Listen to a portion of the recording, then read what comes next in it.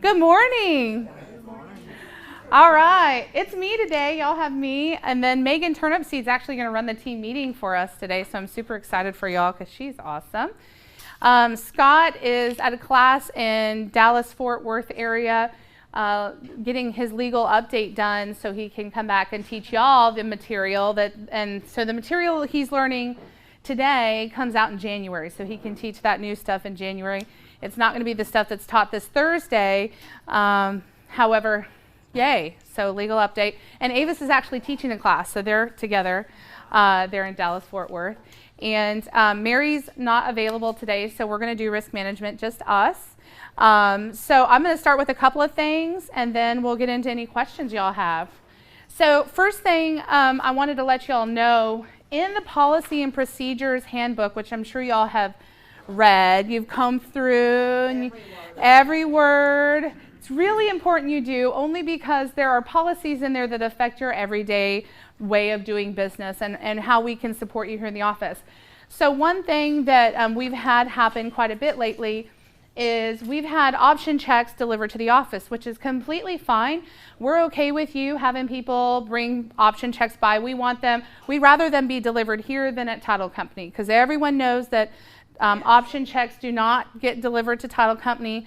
And even if we get pushback, we say, I completely understand, but we have certain standards in our office that protect our clients and ourselves, and we want to make sure that we do the same for you. And so option check can be delivered to my office.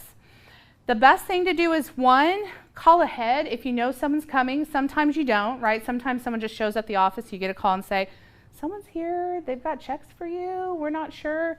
But most of the time, you'll be in communication with them. So just letting them know, hey, if you're coming to the office to drop off a check, we need a couple of things. First thing, you need to call us and just confirm that someone's in the office with a license. Now, there should be someone on staff that's licensed here every day. In the event it's a staff holiday, then obviously there won't be somebody else in the office. And the only other person that can sign for an option check other than you per policy is a licensed staff person. That's myself, Scott, Ryan, Lauren, or Donna. Okay, so any of us can sign for that if we're here available for you in the office. So you may want to check. Chances are we're going to be here. The other thing that I want you to know is we need a copy of the contract. And preferably, it would be great if it was printed. So, I don't know if, when I was an agent, I kept my files with me in my car. I actually had a file box I keep in my front seat because I lived in my car, right? Anybody else live in their car? Come on in, Chris. And so I lived in my car, and I'd keep those. But occasionally, we got something executed. I had the checks in my file, but I didn't have the executed contract, so I'd have it on my phone. That's fine, too. We just need page 9. So whoever's bringing the checks will need either a copy of page 9 or be able to email us a copy of the contract so we can print the page 9. Okay, because does anybody know what we're checking for when we're looking at that entire contract? Execution date. Why is that important when we're accepting an option check on your behalf? Making sure that it's in time. Yes, so I'm going to read you the policy as to why, because it's so important to protect you and your client. So it says, option money delivered to the market center may only be receipted on behalf of the seller by the listing agent or a licensed paid staff of the market center. In no event shall anyone receive option money outside of the time allowed in the contract for the receipt of option unless we have express permission of the seller to receive the option money outside of the time allowed. And that really is to protect you and your seller. Now, let's say Donna calls you and says, we have someone here with an option check. They're 2 days past the date they were supposed to deliver. What would you like me to do? And if you say, go ahead and accept it, my seller has agreed to that, so we knew that they were coming late and that's okay, then great. What I've advised for anybody on staff to do is send you back an email saying, per our conversation this morning or this afternoon, you had said it was okay that I accept this option money on behalf of you and your seller, even though you know that it was late. Right? So that way we have written confirmation, or you can even send a quick text. But again, all of these policies are in place just to protect y'all. It's so important, especially with option period. And everyone does understand, I would think, that your seller can choose to accept money outside of that time period by which it was delivered so the buyer can have their option. If that money is receipted, the buyer has an option. So, we just want to make sure that if we receipt it, that it is allowable if it's outside that time frame. Otherwise, we could say, you know what, I'm sorry, we've been advised not to accept the option money. We suggest you contact the listing agent. Okay? Any questions on that? We've had a lot of people bring in checks to the office, and sometimes if we don't know they're coming, let's say Donna's out and someone emails her the contract and somebody else is sitting at the front desk, we don't have access. So it's just best to bring that contract with you if you can. Otherwise, just email it while you're standing there so you know who to email it to. Awesome. So what kind of questions we got today? We'll work on that and then move into something else depending on what y'all got. What's going on? Anything? I asked a question in our agent, Diane's, Scott Stout did our agent boot camp. Uh-huh. I got pretty clear on, but Mm-hmm. I might just share it. On the seller's disclosures, and we talked about this last time, about I had to go back and have them re-sign the newest form. Yep.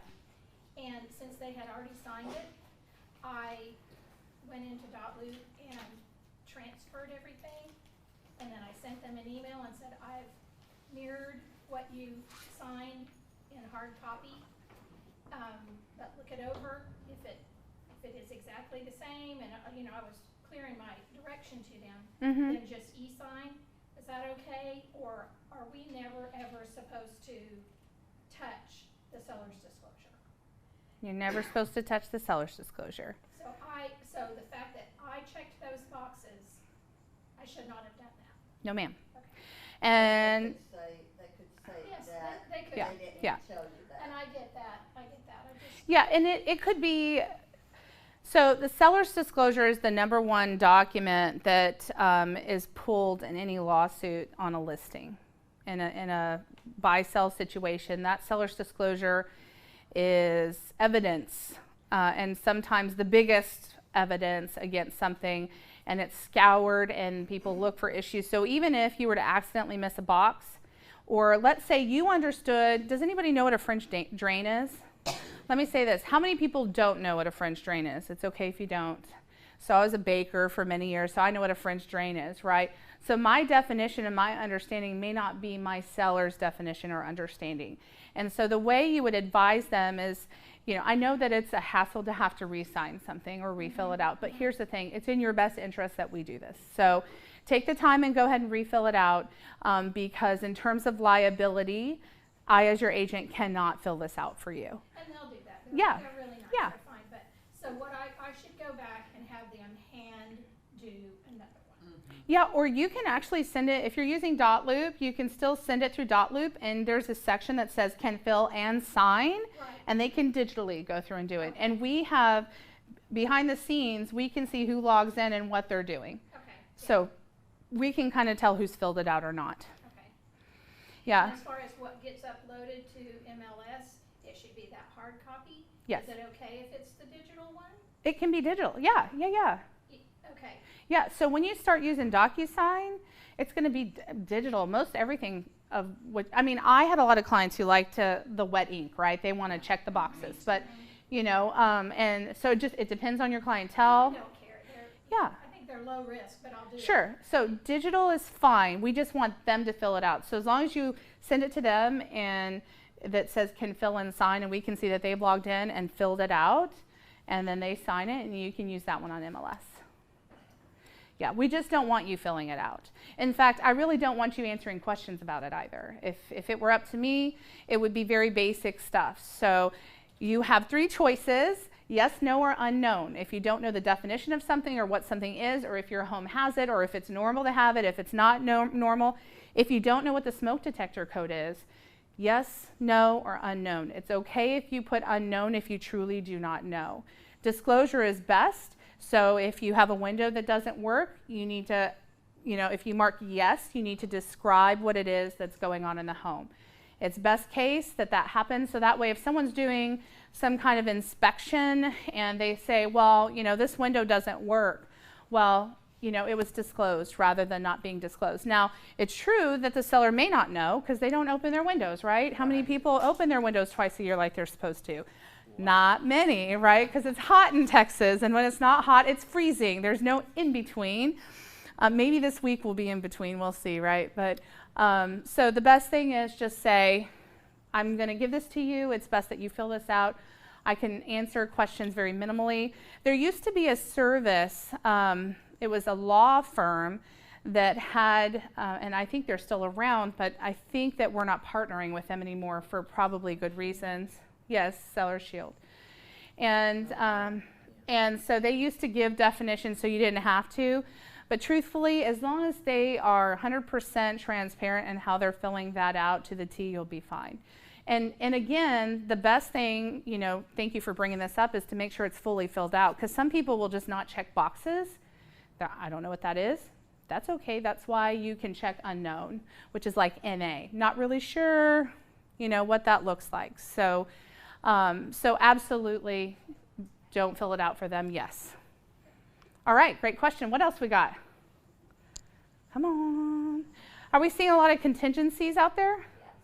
Lots of contingencies. Does everyone know how to fill out a contingent contract? Yes, I'm going to open that up. Is it Welcome Home 1? I think it is.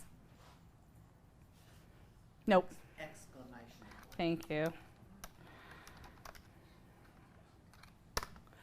Boom. All right. So while I'm doing this, what other questions do we got? Megan, you got some tough stuff out there? What are you seeing? I'm just saying, I've seen contingencies on my listings. We accepted them both under contract. The buyers were under contract on their home. One of them was able to close, one of them wasn't, just from weird stuff. But I hadn't seen that many contingencies in a while, and I've had a lot of other offers come in that way. I'm having a lot of questions. I probably had 4 or 5 in the last 2 weeks that of people doing backup. Is anybody seen backup contracts? Let me log out of his stuff here real quick. Anybody seen backup contracts?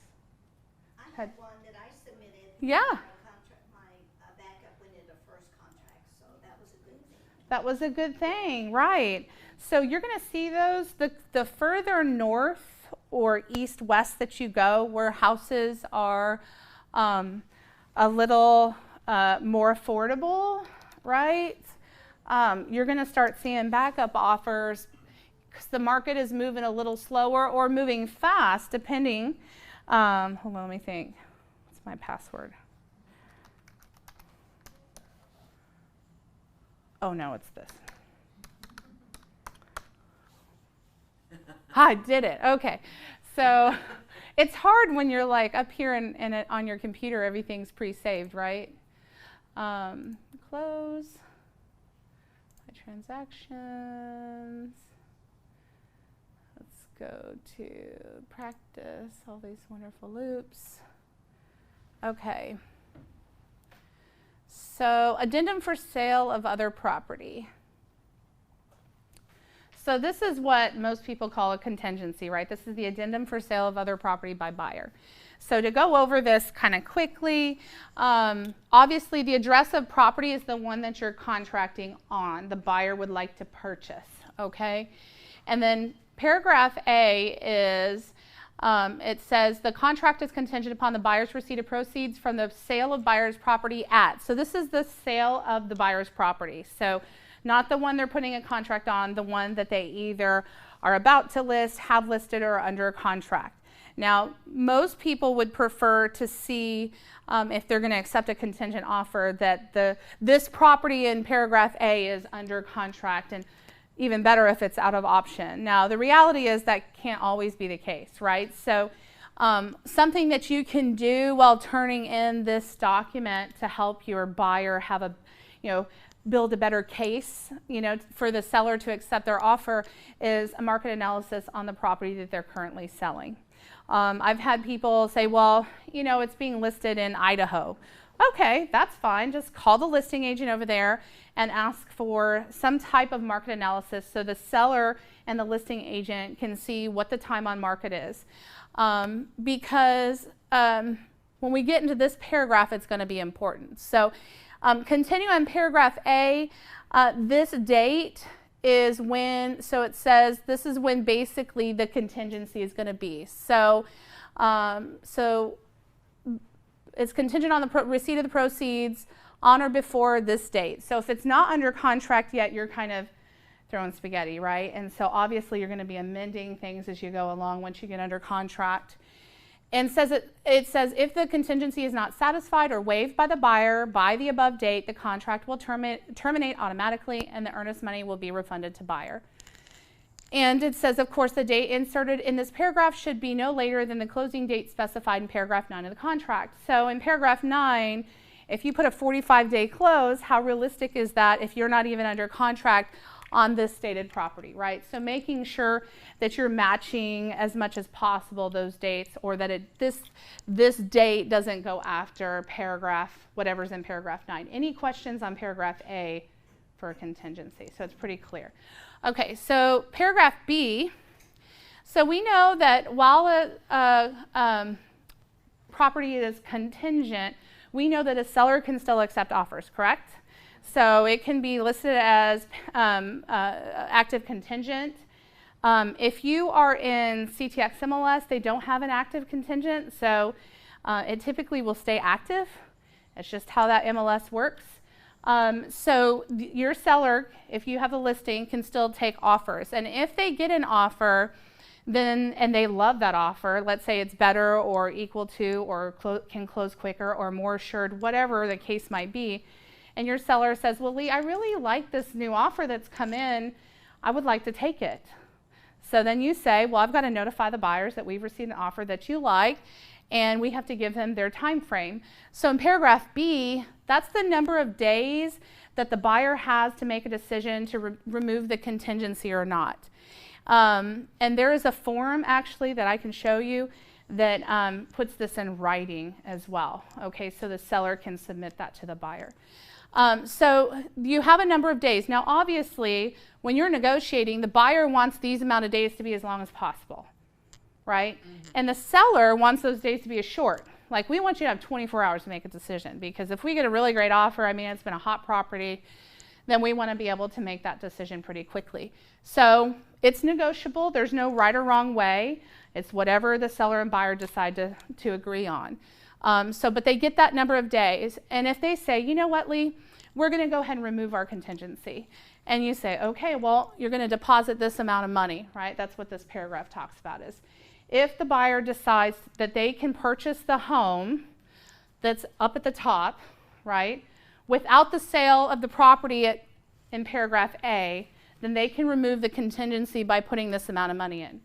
I've seen everything from 0 to thousands. It just depends. It's negotiable. Again, the seller wants this to be painful, right? Maybe, depends, but mostly they want it to be as high as possible. And the buyer wants this to be nothing if possible, right? Because they want to make it easy, don't want to come out of pocket any more money. So it's negotiable. Any terms that you put there, as long as they're agreeable, are fine. But it can be anything from 0 up. Any questions on that? Okay, so this is additional earnest money, obviously. So it is just at risk as much as the regular earnest money is. So this would be in addition to. It says here in paragraph D, if the buyer waives the contingency and fails to close in funds solely due to the buyer's non-receipt of proceeds from the buyer's property described in paragraph A above, buyer will be in default. If such default occurs, seller may exercise the remedy specified in paragraph 15, and then both will probably need a lawyer, right? So if they can't work it out. So times are super important. Paragraph E talks about that. Everybody signs, and this goes in attachment with the offer. Okay, before it's executed, all have to be together and submitted. And if it were me, information from the lender, information from the listing agent if it's not myself, or the market analysis that I had done, so I can provide all information as long as I have permission from the buyer to do that to the listing, give that to the listing agent. Any questions on this? Yes, Jennifer. So how do you handle it if you're the listing agent, yes, and you receive the offer with the contingency, and that property is not under contract, and the seller agrees to go ahead and work with them until, hoping that they get theirs under contract. Then the buyer asks if, when we do get it under contract, and I can provide it to you, will you stop showing the property? What do you do? Do you not ever? I mean, if you want to give them the opportunity to get theirs closed so they know that they have somewhere to go, or how do you do that? So it's up to your seller if they choose to show the property or not. The buyer really has no say. Right. If the seller says, yeah, then that's fine. The seller gets to choose when they stop showing their property. The best case scenario is if the seller does agree to that, then the buyer would need to remove the contingency, in my mind, remove the contingency, and then the seller can put it pending, not pending taking backups. Because even if it was a non-contingent offer, they could still show the property to work on a backup contract, like Sylvia was saying, so someone can back that up, which gives the seller more leverage in negotiation, in my opinion. So the seller, I would present it and present the risks, the pros and cons. What could be good? Well, if they're a solid buyer and yada yada, that could be a good thing. What could be not so good? Well, you hurt your negotiation power. You could sit on the market. You could have to go back on the market. I mean, there's a lot of risks. So just present it with the pros and cons and let them make the decision. And at whatever point they are in that, the seller can choose to not show it anymore if they know that the property, like they've already done their appraisal, they've got a closing date set, or whatever. They can, however, if it's listed active contingent, then to most agents out there, it means that you can still show it. And it couldn't really be pending until the contingency is off. So you wouldn't necessarily advise, I wouldn't necessarily advise my seller to stop showing it, because then it could be seen as a fair housing violation later on if they refuse to show the property. So it's really in their best interest just to, here's the thing, how many people show active contingent properties in this room? Not many. Not unless I have to. Yeah. So they severely reduce the showings. Now I show them all day long because, if I'm going to write a good offer, it's going to be a good offer enough to negotiate out somebody out of a contingency. And it's in my client's best interest as a buyer to show them all properties available to them, even active contingent. A lot of times I'll call the agent ahead of time and say, hey, it looks like your property is active contingent. How close are you to closing? What does this look? Is it going to follow through? I share that with my buyer. If they still want to see it, I'll show it to them. On CTX MLS, nobody knows that it's active contingent. They only know that it's active because your next option to turn it to is pending option. And you can't really pend option if you're in active contingent. So it shows active, and a lot of these agents who don't show active contingent wouldn't know it's active contingent until they call you and say, well, we actually have an active contingent. It's just CTX MLS doesn't allow an active contingent labeled. Diane. Excuse me, I always ask for a copy of the contract if their home is under contract. To make sure they're out of an auction period. Yep. To make sure that particular contract is not contingent upon another one. Oh, Yes. yeah. And if it is, you follow the line all the way back. Okay, so I want information on that one and information on that one, yes. Because the domino effect does happen, guys. One falls out, the next one falls out, then yours falls out, and you can't see it coming, even if they look real good. You just have to understand that contingencies have that risk factor. Chris, I'll be right to you. Do listing agents readily give you that copy of the contract? I've always gotten it, because otherwise we're not gonna go under contract. You mean on the sale of the contingent property? Right. Yeah. Oh, on the sale of it, okay. Yes. Yeah, yeah. I was thinking Now, that she was asking for the current contract that you're trying to get. no, you would just need the, no, that's backup. So no. Now, if you're in the same, let's say you're in the same market, as a listing agent, I'd be cautious sending the entire contract. I'd just give you dates. Because let's say I have a listing, so I'm the listing agent of the contingent house, and you're the listing agent for the offer that these contingent buyers are placing, right? and you call me, and my house, let's say, is in the same neighborhood or in the same city, and you say, hey, can I have a copy of that contract? If this contract falls out, you might have a buyer that can come in and buy my property, and now you know the stipulations by which my seller recently accepted. So thinking ahead, I wouldn't, in the same market, I wouldn't share that information. I'd only share important dates. So yes. So would the broker or the team leader be willing to verify those dates for us? You don't want to, like within this Of market course center, they you don't would. want us to.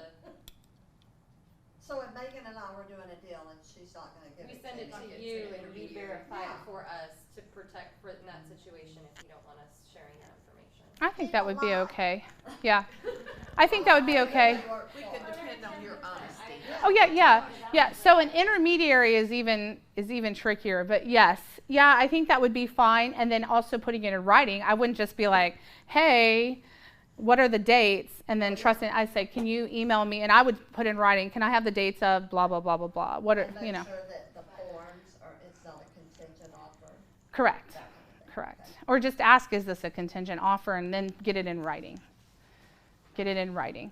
You know, because I mean, we hope, like our professional standards and ethics would say we have to do everything in honesty to and work on behalf of the public, right? So if you're finding information that's not true and correct, then you need to let Avis know or let me know, and Well, then and I've never yeah, had that yeah. happen. Right, but have them put it in writing. I'm just saying for future, like if it was an intermediary, and now let's say that contract falls out for Megan, and then you have a buyer for her property, now she's put her sellers at risk by giving you information from previous. Sylvia, did you have a Oh, I question? just wanted to say that when I got a contingent on Logan Ranch Road, the buyer's listing agent from California was happy to provide all kinds of information, even to the point where the option period was over and the financing was over and all of that, and even to the point where they said, oh, we're going to be able to close even earlier, and so they really wanted the buyer to Yes. come forth with truth and sort of just back up his, contingency. And boy, did that help down the line. Didn't it? Yes, yes it did. Yes, sir. How many days is normal putting letter B? There's no normal. It's negotiable. Remember, the buyer wants as many as possible, and the seller wants as few as possible. So, I mean, whatever they can agree on. Yeah, I've seen them long, I've seen them short. So, On what, the number of days? number of days. Paragraph B, how long the buyer gets to make the decision to remove the contingency. If you're the seller, I would do 2 or 3, I wouldn't take it, because otherwise, if you got another offer, Yeah, you're it gonna goes- move on. Right. It's negotiable. Yeah, Right, but I've had them much 48 longer. hours. Lee?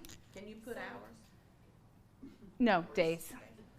So if you're still within the days on your third-party financing addendum, Uh-huh. 18 days or 21 days or whatever, buyer goes through, does this, they have to contingency deposit more money, but you're still within that days, and then everything falls apart, Mm-hmm. does the buyer still get all their money back? Well, this contingency says it's solely due Right.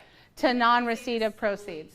But they're still within their financing days. If you can't sell your house, you can't get your financing, who gets the earnest? So I think that would depend on, well, here's the thing. I never tell my buyer they're going to be for sure getting their earnest money back anyways, because even in cut and dry situations, the seller could be like, I'm not returning it. And then they end up in small claims court. And at that point, they have to do demand letters and seek the advice of an attorney.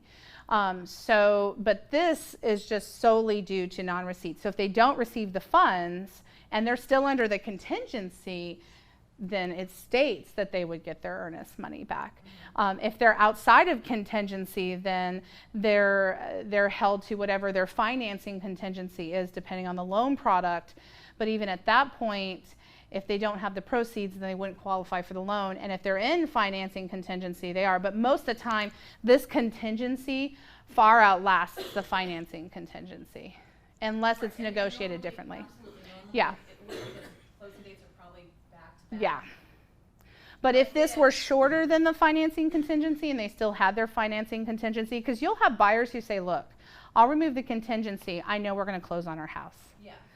And then they don't. Close up.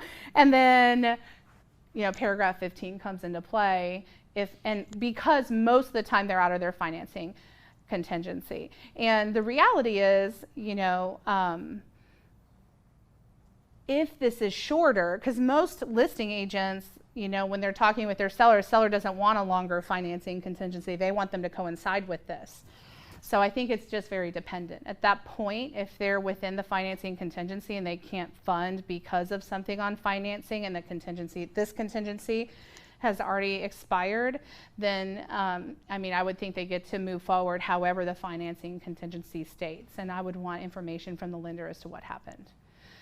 So, but if they're out of financing contingency and they're out of this contingency, that was their risk.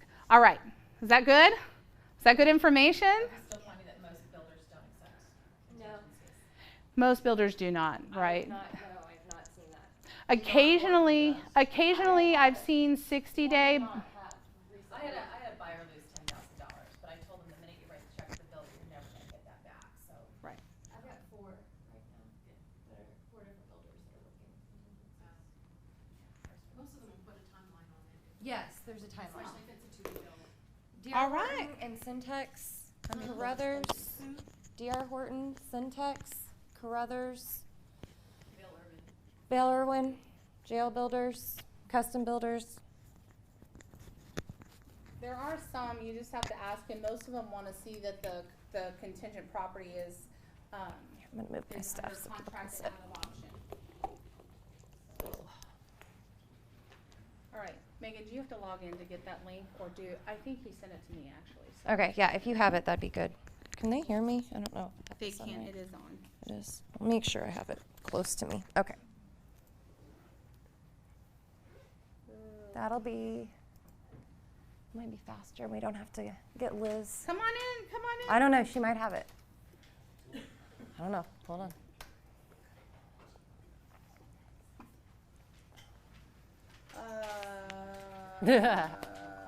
Prezi, there.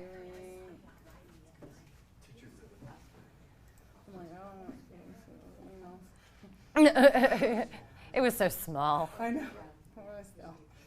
Okay, there you go. And then this, it looks like he may have taken the thing, so that's not it. Okay, So hold on. I'll just click it through. Press enter. Do you want your phone? Yeah. Oh, here. There it goes. Sweet. All right. All right. How are you guys doing this morning? You guys know who I am? I hope so. My name's Megan Turnipseed. I'm on your ALC. I'm going to be leading the team meeting today for leadership. So we've got a quick little video that we will watch to get started. You might want to turn the lights down. This reoccurring nightmare that there's something, some force that's got a hold of them and it's holding them down and they can't break free. No matter what they do, they can't break free from that force. Well, I'm here to tell you that that thing in your nightmare, that thing that's holding you back, that thing that's dragging you down, that thing is you. There are 2 fundamental attitudes toward life and its sorrows. Those with the first attitude blame the world. Those with the second ask what they could do differently. It's much easier and much more gratifying to your basest desires to blame someone else for your misery. You know what's so funny?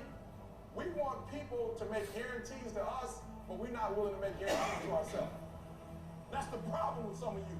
You always want to blame other people. You owe you an explanation. You need to look at yourself in the mirror and say, why are you only giving 50%? What's wrong with you? You need to put yourself on punishment. You need to tell you no more TV, no more snacks, no more desserts. No, we're working out now. You need to tell you that you owe you something. Every day I demand more for myself than anybody else could humanly expect. I'm not competing with somebody else, I'm competing with what I'm capable of. My number one competition is me. It's always you versus you. You gotta be the one to get up every morning, be disciplined, put in the consistent daily hard work, because that gains success. No coach, no trainer, no mentor, no boss can do it. You versus you. I value myself enough to give 120%, or don't do it. There is no excuse for not living up to your fullest potential. No excuse. You walk out of this room, you owe yourself. I didn't get here making excuses. What changed? I changed. And I stopped being a victim. I stopped saying, I've got to wait for good things to happen to me. And I said, I'm going to grind. I'm going to fight. I'm going to work. I'm going to press toward. I'm going to learn. I'm going to do everything in my power every single day to become a victor and not a victim. Why? Because I owe it to myself. Can't nobody stop me but me. Ooh. You guys feel like you need to like work out? Like I feel like I need to go like hit the weights or something. That was kind of intense. What did you guys get out of that? There was like one line kind of at the end that I was like thinking to myself the whole time, and then they showed it. You versus you. You versus you. Being a victor instead of a victim. That was one of the big things I kept seeing, is making sure you have that perspective, because really you are your biggest enemy, right? Even though you can have challenging things in your world, you guys can overcome them and go through it, whether it's deals or whether it's life. Can you hit the lights for me real quick? Oh, cool. Awesome. All right. All right, Scott got some nice fun memes for us. I don't always list, but when I do, it sells, from the most interesting man in the world, so it's kind of fun. So, couple things that are happening. How's everybody doing today? Good? Do you guys know what today is? This website launch day at 4:01 p.m. is the time that Scott has told us they should be going live. So I would imagine around dinner time, take a little peek. Things might be a little bit busy around that 4 o'clock time frame. As you can imagine, everybody's waiting for these websites to go live. So maybe be a little bit patient this evening so you can take a look at those and start playing with it and go through the Kelly Guide. And we've got lots of opportunities for you to take advantage. Morning, Keller Williams Leadership. Here's our video about it. Tolar, team leader and MAPS leadership coach. And today we're going to go through how to preview your new Keller Williams website. For later. In order to do that, you're going to go over here onto the left side of your screen. You're going to go down to the Sites button, real easy. You're going to click on the Sites. And then up here at the top, you're going to have different options. It's going to say landing pages, agent site pages, and neighborhood pages. And the one that you want to go to is this agent site page button. You're going to click that right there. And then over here, you could preview each individual website, or you can click right here to preview exactly what your entire page is going to look like. So you just click right there. And keep in mind, this is not a live link. This is just the link for you to preview what your site's going to look like. So if you send this to anyone, it's not going to work for them the same way that it's going to work for you right now. That will not be available for you until the 22nd of this month. So you click that link right there, let it load, and there you go. You have exactly what your website is going to look like. And then if we click the back button here, we can go back into our agent sites. And then we can preview each individual additional site that you have on your page. So it's going to come up and say this is a preview of your configured site page. Click I acknowledge, click preview, and there you go. So when they click the contact us button on your website, this is exactly what it's going to look like for them. Anyways, I hope you're having a wonderful day. I'm back and ready to go. Have a wonderful day, and I'll talk to you soon. Bye-bye. All right, so I encourage you guys to take a look at that today and be prepared to start working on that in the next couple days, editing and being able to share that with your clients and utilizing it later this week. Yes? If you haven't set up your new website yet, will your old one disappear today? Yes. Okay. So make sure to go download everything. They've got the Kelly Guide for it so that you can make sure to take advantage of all the content that you've got. And then if you hadn't been utilizing that website, I know for me, I am not one that's put a lot, if you guys know me, I did not put a whole lot of money into it, but I utilized it. I never got a lead from it, so I'm not even though I'm really excited, I'm kind of disappointed because I'm proud of what we put together out there. Don't get too concerned, because this is what's going to actually bring you leads. It's not just going to be something pretty that's out there. It's going to be pretty and out there, and it's actually going to bring you those leads. I know I didn't really have a whole lot from the Playster, so even though I was a little bit, personally, I was butthurt about it because I built it up so much. But now I know we're going to have something more robust, and it's going to be even better. So, do what? The other one's gone today, and the new one's up today. Yes. Simultaneous thing. Correct. Yes. 4:01 p.m. From is. my understanding, that's exactly. That's exactly. Yeah. Yeah. So they've only extended Playster. They may have extended through the month. So I mean. Because like the 22nd is kind of a random day, but it's probably because they're getting the new stuff up, and I would imagine. But don't take that as a for sure. You can just go into Playster, and there's a way to export all the information on there. So if you've written biographies or whatnot, you can go in and download it. It takes just a couple of minutes. So. And even if you don't know what you're doing and you have complete questions, and it's like today at 3:55 and you're like, oh my gosh, what's going to happen? If you go online and you go to youtube.com and you search command and you search all of these keywords for the websites, there's dozens of agents who've posted all sorts of different content for you to go through and do it really quickly. If you're not able to reach somebody here in the office, you have those tools at your disposal on demand as well. I'm available all day. And Lauren's awesome. I am awesome. You are awesome, but the fact that you're available all day for that, you're giving your, yeah, I know, today's a big day, so thank you for that. Has anybody done edits to the content? I tried. Ask Liz. Ask Liz. It didn't say. I spent an hour putting We had the same thing, so we can powwow afterwards. So I would save the content somewhere else so you can copy and paste and do some of this stuff as much as possible, because I understand that concern. So working through it, staying positive. Thank y'all. Yeah. All right, so what is going on here in the Market Center? Got a lot of things happening. So 9:30, Command Central. Probably a good idea to go next week with potential changes and things with this website. Really, really good opportunity next week. 9:30 a.m. on Monday. Today, we've got farming with Susie Gohl. Not that type of farming. She's going to be talking about the geographic farming and how awesome she's been able to take advantage of her neighborhood and how she did that. And she'll share that with you today from 1 to 2:30. We've got the Buyer Boot Camp. We've got this on Saturday, so people can take advantage if they have the dual careers, or if you want to make sure you're still working on a day-to-day basis, you can get your continuing growth opportunities and making sure you're the best buyer agent you can be this Saturday from 9 to 4. And Kristen, are you teaching that? Who's teaching that? Julie Jones is teaching that. Perfect. All right, CMA class. So this is going to be tomorrow from 9 to 11. So we're going to analyze how we come up with pricing and how appraisers help value properties and how we can go through and help our clients with that. That's how the most interesting guy in the world, every time he lists, he sells. Yes, exactly, because he actually prices it right with the CMA. Teaching it? I am. Oh, nice. All right, we got Kristen there. Kristen is also going to be doing Zip into Zoom tomorrow from 2 to 3. What is that one going to be about? It's always compliance stuff. Uh-huh. I think this one we're going to go over the registration between broker and owner and registration between brokers. That's really good. If you have a buyer's agent or you yourself are a buyer's agent and you're negotiating your commission, how do you do that with this form? Or how do you work with a seller that's not represented? So those questions will be answered tomorrow from 2 to 3. Perfect. The link will be posted on Facebook. Wonderful. Then we've got Legal 1 and 2. That is going to be this Friday from 8. Is that Thursday? Friday. Thursday.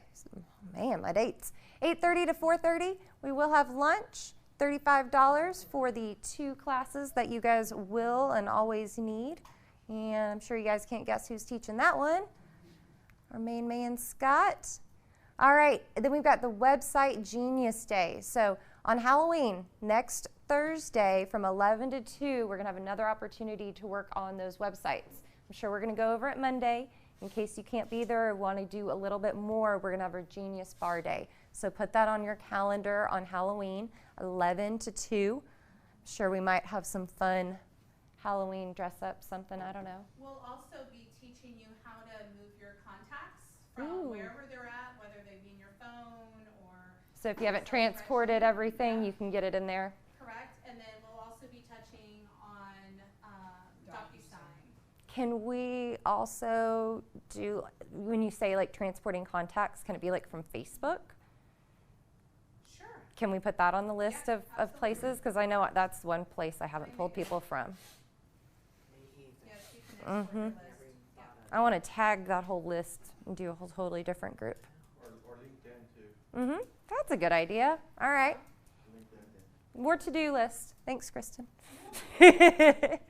All right, so put that on your calendar. I know I'm really looking forward to that because we've had a lot of new things happen in the last, things are always continually changing. So if you put on your calendar every couple weeks at the very least, if not every week, to look into that and go to some different training, I think you're going to be kind of at the top of how everything is changing and taking advantage of your time and the technology as it rolls out.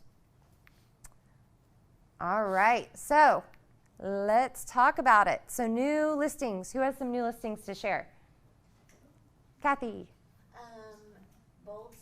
Let's see, 321 Bold Sundown in Liberty Hill, in Clearwater Ranch. It is a 4-bedroom with a study, 2,900 square feet, beautiful, built in 2016. They just put in a brand new pool. So beautiful pool. It's the only one in the neighborhood with a pool. We're going to come in at $539. The new builds right there, that's the bottom, $539.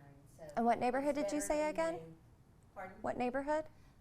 Clearwater Ranch. Okay. Where's that? In Liberty Hill. Oh. It's a beautiful house. Yeah. Who else? Yes. Well, it's not on the market yet. I just know them last night, but it's in Serenata, 506 La Paloma, and they actually have a pool too. It's built in 1992. It has some updates. 1.5 acres, Serenata. And we're gonna list it for $470. Awesome. How long? Yeah. How long until that one comes on? I'm hoping 2 weeks, maybe 3. I gave them a little list of to-dos last night, so hopefully that's okay. And what's the name of the street? La Paloma. Oh, So you Paloma. can also get to it from Williams, La Paloma. Yeah. How big is it? It is 2759. So it's 4 bedrooms and it's 3 full baths. The deck. It's really. It's a really good one. And they have a they actually have 5 garage spaces. So they have a detached garage that's tall enough to have a boat on a trailer. All right, that's a big selling factor. Anybody else? Yes, Chris? I've got a coming soon in Serenata, should be live either tomorrow or Thursday. It's a investor type property. 215 is the price point, and it's at 5404 Valencia. That's a 3/4 acre lot on a cliff. How many square feet? 17. Okay. I think. Didn't think to bring all. No, ish. That's good. Anybody else? New listings? Nothing? No? All right. Price improvements. What are y'all doing? All right. I have one. So my 6-acre. All right, they're selling, I guess. I don't know. I have a 6-acre property with a little farmhouse on it out off of Ronald Reagan, and it's on King Ray. The house is a fixer. It needs some work. However, they lived in it for 20 years and we're just fine. We've got a pool. How many acres did you say? 5. How many acres? 6. And where? Y'all, it's right off. It's on King Ray. It's right off Ronald Reagan, and we've gotten tons of looks. Y'all, they're motivated. If you have anybody who would even consider taking it on, they've got a detached. How much car would you think garage. needs to be put into it to make it like? We're down to $475 is the price point, which there's water.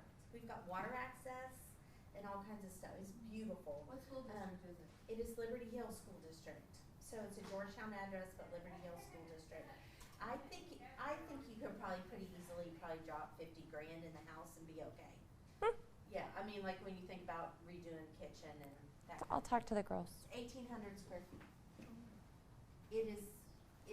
So you can make it bigger if like somebody was You wanting to can build something. out, you can put a casita, it's a beautiful property. Okay. So, I'm looking, we're looking. Mhm. Bring Very us an good. offer. Any other price reductions? Nope. All right, we've got let's do buyer needs. You guys, it's not the holidays yet. It's so quiet. I've got 2 buyers I'm working with. What do you need? One buyer is looking for around 200, and they need 4 bedrooms and 3 bathrooms. So. That's hard. Yep. Yep. It's a needle in a haystack. Yep. There's these new builds getting close down to that. I'm looking for a wedding venue, so. Yep, you're still looking for that. I know I've been asking for a while, it's hard to find, but something that is as close to the city as possible, anywhere in the Austin, Central Texas area, but something, wedding venue. And how many acres and price? Anything you got. Can it be surrounded by like some acreage homes? As long as they don't mind loud music or there's not noise restriction. We'll talk. Send it to me. That's a unique thing. We'll talk. I'm also looking for 650 and under, 3,500 square feet newer. Pool is a plus on at least 2 to 3 acres. So if anybody has anything. Do they want to build? Liberty Hill, Oh, wow. Georgetown, maybe Bertram. I mean, they may go out that way, but really kind of that they want to be able to hop on 183 and go into work. Okay. It's them.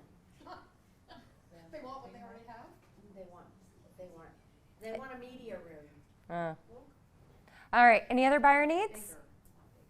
All right. Did we talk about coming soons? Real quick, let's talk about coming soons. Anything else coming soon? Well, I've got a coming soon. 10:30 Leeds Castle Walk. We were supposed to have it on like this week, but she's having some delays.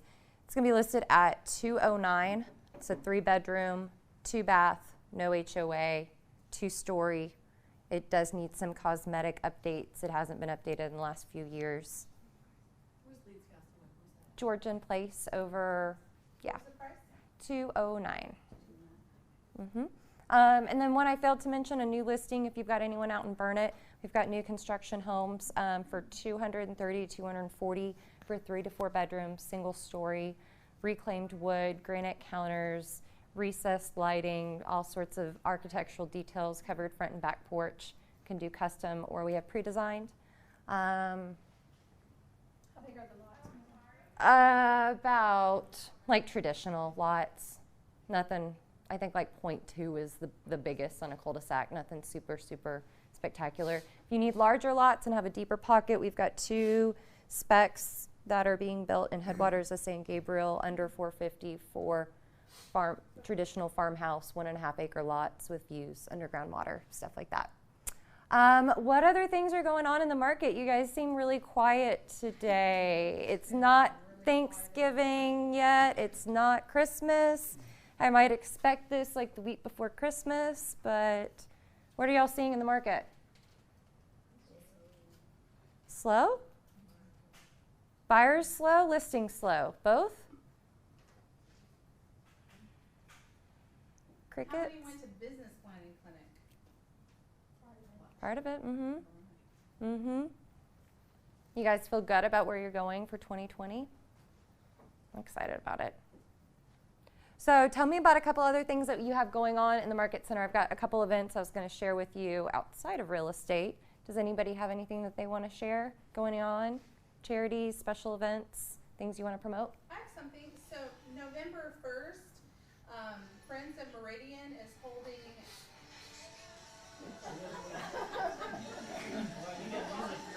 Right? I like that intro. I got a new phone and I don't know. You're like, I don't know what I'm. $25. It was the best of all the timing in the meeting. That was perfect. So, November 1st, the evening of November 1st at the Georgetown Community Center, Friends of Meridian is hosting an International Wine and Beer Festival. there will be a silent auction with a whole lot of cool items that the primary classes put together. I know because I've been working on one, and it's super awesome. So if you want to go, I think the tickets are $50 a person. You get a glass that is engraved, and you can fill it 6 times with your tickets, or 2 full fills, beer or wine. There will be food or snacks. I don't exactly know what type. Anyways, it's a great way. When is it? I'm sorry? When again? November 1st, next Friday. Can you put some information like in your office so we can like pick it up? Because I'm in, beer and wine and all you can, 6 times, why not? What? Okay. And so what it goes for, just so y'all know, Meridian. Meridian is a charter school, and what it goes for, it helps the well, it's really the PTA, we're called by a different name, to offer grants to teachers who can't afford to get things for their rooms. And so the teachers can apply for those grants twice a year. So if they need, the science room needs new Petri dishes or something, then they can say, hey, we're out of budget, we need this many, this or that, and then they can apply, and then we can grant them that. So the more money we have, the more they're able to do their job. Very cool. Yeah. That's a really fun event. That's a good idea. So tonight, does anybody like queso and chips? Yeah. So the Zeta Tau Alpha sorority at Southwestern is doing, this is their 2nd year, it's called Queso for a Cause, and it goes to the Zeta Tau Alpha Foundation, which is all about breast cancer education and help with that, as well as money going to the Breast Cancer Resource Center here in the Austin area. So for $5, you can get all you can eat queso. They've got more than a dozen different kinds of queso from all over town, as well as stuff that they've made. It's going to be in the main building where the commons are. So if you see the little fraternity houses and you go to that main building, it's called Bishop's Lounge, or Ryan, what's the name of that main building where the commons is? The common? McCombs. There you go. Thank you. You'll see the McCombs Center. Honestly, you can message me. I'll be up there for a couple hours. If you want to donate to the cause and don't have the ability to go, let me know. I'd be happy to share anything there. But just want to let you guys know about that because it's just down the road, and $5 and queso. Just kind of fun. Yeah. 5 to 8. 5 to 8 today. So they would love, they haven't opened it really up to the public, so if we have people from outside the community, I know they'll be really, really excited because they're still trying to grow this concept and idea, and it's just a small group of girls over there. So, anybody else? Oh, Ryan made me remember our pie deadline. 31st. Next week, Halloween. So make sure to be here for that Genius Day, and make sure to have all your pie orders ready to go. So those 2 big things. Anybody have anything else? I feel, yes. Can I give you guys a really quick script? Please. So, yeah, I was like, I'm rushing through this meeting, and I feel like I'm just like, whew. I think you've done a great job. Well, being efficient with time, right? Thank you, guys. So, with the whole Brexit thing and just towards the end of the year, rates always kind of tend to trend upwards a little bit towards the end of the year, but with Brexit and the trade wars with China, it may be just a little bit steeper this year is kind of the prediction. Now, rates are still kind of a living organism that we can't always get right. Everyone thought rates were going to be about 6 at this point, and they're actually they're still a whole point lower than they were last year. So you can still get 3.75, 3.875 with a decent credit score on most things. I just locked in a VA yesterday for 3.75. So you can still get that. What you want to do is kind of give that script of, hey, listen, rates usually tend to trend up towards the end of the year, so if you've got people on the fence, now is the time to get off the fence. If you have a lender partner who has an extended lock program, now is a good time to use that. We usually use these on bills where we can lock for 6 months, and it's just an 1/8 higher. So if you're talking 3.75, it's just going to be 3.875, but they at least get to lock that in for 6 months. You have that confidence because a lot of that is the unknown, and it's a scary gamble. Exactly. So if you're, for instance, doing a custom build and they're not going to be done till February or March, and you can't lock out typically until 60 days from closing, if you can lock out 6 months, that's a good thing. We've got that. I know there's some other lenders that do, but certainly Fairway does. And I'm just around the corner at Russ Phillips' office, which will eventually be not Russ Phillips' office. He'll be over here, and my group may actually be taking over that office. So you'll still be around the corner, we're most likely. looking into possibly, being right around the corner from you guys. That's the hope. Alex, if you haven't met Alex, he's the guy who's actually taller than I am. Go figure. And so we're hopefully going to be just around the corner from you guys here with a permanent office. But yeah, that's a couple things. Use that script to get people off the fence to help them, get their buys in before the end of the year. So I hope that helps you guys. If you need a refresher on that, I'm around. Yeah, and one other thing to hit on that's a huge, great point. If you don't know, if you're following up with your database and you don't know what to talk about, not sure what to offer them, ask them when did they purchase and if they are aware of what their interest rates are. I purchased last year myself, last November, and they were inching upwards and we thought they were going to go upwards. I locked in at a great rate at the time for 5%. Okay? We just refied with our current lender for 3.25. We're saving almost $200 a month in less than a 1 year time. We put on $1,000 on our principal and extended it by 1 year, to save $200 a month. So those are absolutely available even if they bought recently. So check into those things and make sure we're using our resources like Jordan. So, cool. Any other things going on in the community that anyone wants to share so we can support you? I have. Yes. Thanks, Christine. My son is a varsity wrestler at Georgetown High School. He's a sophomore, and the wrestling program at the high school is still quite young. It's only about a 5-6-year-old program, and they have a great coach. And up until this year, it's been a very small team. The coach has gotten great results so far. He's had some scholarship athletes go out. But now they have the largest team that they've ever had by 3 times. And we are working actively as part of the booster clubs to help get more funding and attention to the coach, because right now he has to fight for every penny and it's a largely ignored program. But it's growing very quickly and we're looking for community support. We're having a big fundraiser where one of the parents has this huge, amazing farm where he has this massive outdoor smoker. And so we're smoking turkeys. And That's brilliant. And delivering them to your door. That's a great idea. $50. We're going to be taking orders until the 15th, and you can see me about it. I'm going to have it on Facebook and stuff. But if you want to support the team, we have a program where, for my family who lives in Oregon, they want to support my son, but obviously we can't get a smoked turkey out to Oregon, so they've got a hookup. One of the parents is involved with the Wounded Warrior program, so you can sponsor a turkey to be taken to a soldier's family that is in need. You can pay for that, and the club benefits, everybody kind of wins. So there's going to be options, and if you have any questions, we're also hosting a really big tournament here at Georgetown High School in December, and that's our second fundraiser. So I know we get blasted with emails, but does everyone can we get permission to have Donna send that out to everyone? Does anyone? I know. Let's know about both. Yeah. Yeah, these kids, if you've never watched wrestling, it is intense. These kids work so hard, and I have 2 boys that are in high school now. We've had them in all sports since they were 5 years old.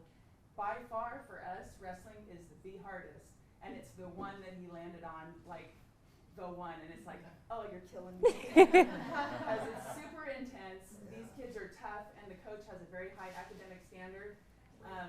The athletes he put out last year were in the top of their class, and they are very disciplined.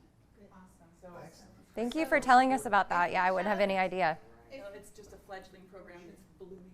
So if you can email that to Donna, and then I'll email mine if you'll email yours, and then she can send out one list. Yeah, we'll do one cool email of good community support. I'll do a little flyer. Yeah, feel good how to support locally in the area. So, and when one other completely, this is just for me and for fun, that swag yoga thing that I do, I'm going to be doing it at Celis. There's going to be a Halloween party this Saturday. So just FYI. Yep, and so we've got our sponsor, which is Reliant Mover Concierge, and they got us some really good looking Chick-fil-A. What did you say that is? What, where? Oh, it's a hip hop yoga. Don't worry about it. Yeah. Okay. Thank you so much. Yeah. How's everybody doing? doing okay today. I work as a mood concierge for Reliant, so I work with a lot of different real estate agents and property management companies. Basically, and I have an office at the Keller Williams in Waco. So I work as a tool, basically just to help you grow your business to create a more satisfied client base. What I do is, by working with Reliant, you know, everybody's looking to get into their house, and what we can do is kind of help take a little bit of that stress out of their move. By working with you and me, they actually get special rates through Reliant through our realtor channel. So they get discounted rates that aren't available, like if they were to call or go online. And after I get them set up with electricity, we also do home security now. And so our home security is actually, we own our own security company. It's called Home Security by Reliant. And these days, home security is probably as popular as electricity when it comes to setting up, you know, their utilities, because everybody's wanting that technology, you know, and our technology is a lot better than other companies like Vivint, Brinks, ADT, and they get better pricing. They get bundled discounts. So if they get us for electricity and set up home security, they're getting like a $10 discount monthly off the electricity service. Plus, I can, you know, by working with the realtor, I let them know that they get free equipment, free installation, and their first month free. So it's just kind of a service that you're providing to them that's free of charge, but actually saves them a lot of money and a lot of headache, a lot of time. So once, what a lot of my agents do that I work with is anytime they have a closing coming up, they'll text me and say, hey Misty, I've got a closing on this date at this address. At that point, what I do is I usually reach out to them and say, hey, I work with your realtor, Christy. She mentioned you've got a closing on the 28th. Congratulations on your new house. When's a good time for us to set up utilities? Talk about setting up utilities. So at that point, I just kind of reach out to them, leave them a message, text them, and I'm not a 9 to 5 type person, so they can usually get in touch with me. I tell them I keep realtor hours, so usually I'm working from 8 in the morning till 10 at night, and on Saturdays and Sundays, so I'm always available. And basically, you know, what's in it for you is we offer a referral rewards program. So for all of my real estate agents that I work with, anytime you send me a referral, we have a referral rewards website that I can send to each one of you. And what I usually do, if you don't mind getting me one of your cards, I can go in and set you up as a referral partner, enter everything into the system. Whenever you have any closings coming up and I'm working with them, when you send me the referral, I go ahead and enter it into that referral website. So it kind of, you already have enough on your plate, so it kind of takes the headache out of that. And then basically you get $75 per person that sets up electricity, and you get $250 per person that sets up home security. So a lot of my agents, and they're actually, it's done in points. So that way it's not officially like a kickback type thing. So for the home security, you get like 220, for the home security you get 7,500 points. For the electricity, you get 2,500 points. Well, on the website, the Referral Rewards website, there's lots of things you can choose from, but there's 3 most popular categories. I've got debit cards, which are Visa gift cards. So if you go in and you order a $75 Visa gift card, that's 2,500 points. So for the electricity referral, you're getting 2,500 points. So it's equivalent to a $75 Visa gift card. Now there's another section on there. It's called electronic gift cards. Now that's going to include things, there's like 27 pages of stuff. So it's like Home Depot, Lowe's, On the Border, Target, Walmart, you know, you name it, it's on there. If you order the electronic gift cards, that shoots it straight to your email so you can use them immediately, so you don't have to wait on them being shipped to you. So like if you have a client that's closing, or let's say you have a client you want to take out for lunch, you can go into your Referral Rewards website, you know, maybe order like a Long Star Steakhouse or On the Border gift card, and, you know, order it right there at the table, pay for it with your phone. Because if you get your email on your phone, the waiter can just, you know, scan your card on your phone or type it in. And a lot of people use this closing gifts. The other thing is the points, they don't ever expire. So a lot of my agents, I've been doing this for about 6 years now. So a lot of the agents that I work with, they'll let their points build up all year long. And then, like, come November, they'll cash it in like as a Christmas fund or like a vacation fund. Some of them do that. And I have some agents that right now have got like $8,000 of points in their accounts. Some of them, you know, have like, I work with another one, she has a lot of rental properties as well, and she's got like $12,000 in her account right now. So I can work with your buyers, I can work with your sellers, I can work with your investors. So if you've got investors that, you know, have some investment properties that they flip a lot, they're just needing some temporary electricity, you can say, hey, I can simplify that process. Call Misty, my move concierge with Reliant, she'll help you. Those count as referrals. And I have what's called a REO process, which is like a real estate owned property, where initially once I get them all set up into the system, the next time they have an investment property, they can just text me or email me, and I place the order and I send it back to them. So they don't have to waste hours on the phone trying to get electricity set up for one of their investments. Or if you've got a listing that's coming up that needs electricity, you know, it's just temporary. Send them to me, I'll get them set up on a month-to-month plan with no contract, counts as a referral for you, and they can have electricity without having to worry about disconnecting it, you know, when the house sells, or if you have a home inspection, something like that. You know, anything we're needing some temporary electricity, I can take care of that, and it counts as a referral for you as well. So if you're with Reliant Energy, right? Does that include, because in our area we have to have, we're not unregulated. So is it only for unregulated areas for some of those points? It is, unfortunately. Are you able to help with the concierge part of it at least, or? A lot of times I can still get them set up with home security, even though it's in a co-op. Okay. I just can't handle the electricity because it's not deregulated. But what I do is, if you have a client, let's say that you send to me that is in a co-op area, and a lot of times these days I work with so many people that are relocating, and so when it comes to like setting up electricity in Texas, it's like looking at a foreign language, and there's so many choices, and there's so many different companies.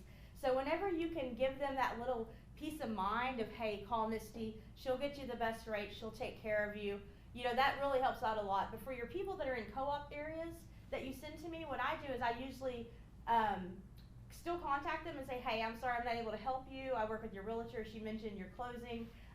Or if I talk to them and I say, you know, find out their addresses in a co-op, I give them the phone number to the co-op. So you're still at least walking them through, so, okay. Yeah, and then I still give them the number to like the water department, the gas company. And yeah, once I set them up with electricity and home security, and even if I can't set the electricity up, I'll make sure that they know the contact for the person they do need to contact. Then I do also email them the numbers. I usually just text them the numbers to the water department, the gas company. I have a contact that works at Grande that can help them set up like phone and internet. That way they've got everything right there at their fingertips to get all their utilities connected, and it makes it, you know, a little bit less stressful for their move. Well, that's a lot easier, so we don't have to remember. Yes. Just send you these, we can just send you everybody. Yeah, yeah, so if you get a chance, you can just send me, anytime you have a closing coming up, that's the best thing to do. Just text me or email me their contact information, and then what I usually do is, once you send it to me, I usually contact them, and then I update you immediately, let you know, hey, I've reached out to them, we're supposed to talk on this date, or I set so-and-so up, so that way you know when you have those referrals that are closed going in there, so you know when to expect those points coming in. Awesome. Anybody else have any questions for me? What's the best way to contact you, email or text? Usually text, because I'm usually always on the phone or on the road. So what's your phone number? 214. And we've got little packets out there. 724-9845. And outside I will leave some of these for you. This is all my contact information. It has my email, my phone number, my name. You're more than welcome to use this as well as give it to your clients. If you have closing packages, you can include these. And then I've also got some flyers on home security that you can hand out as well. Thank you. Thank you so much. Yeah, I look forward to working with y'all. All right. Awesome. Thank you, guys. Lunch is served. Thank you, Megan.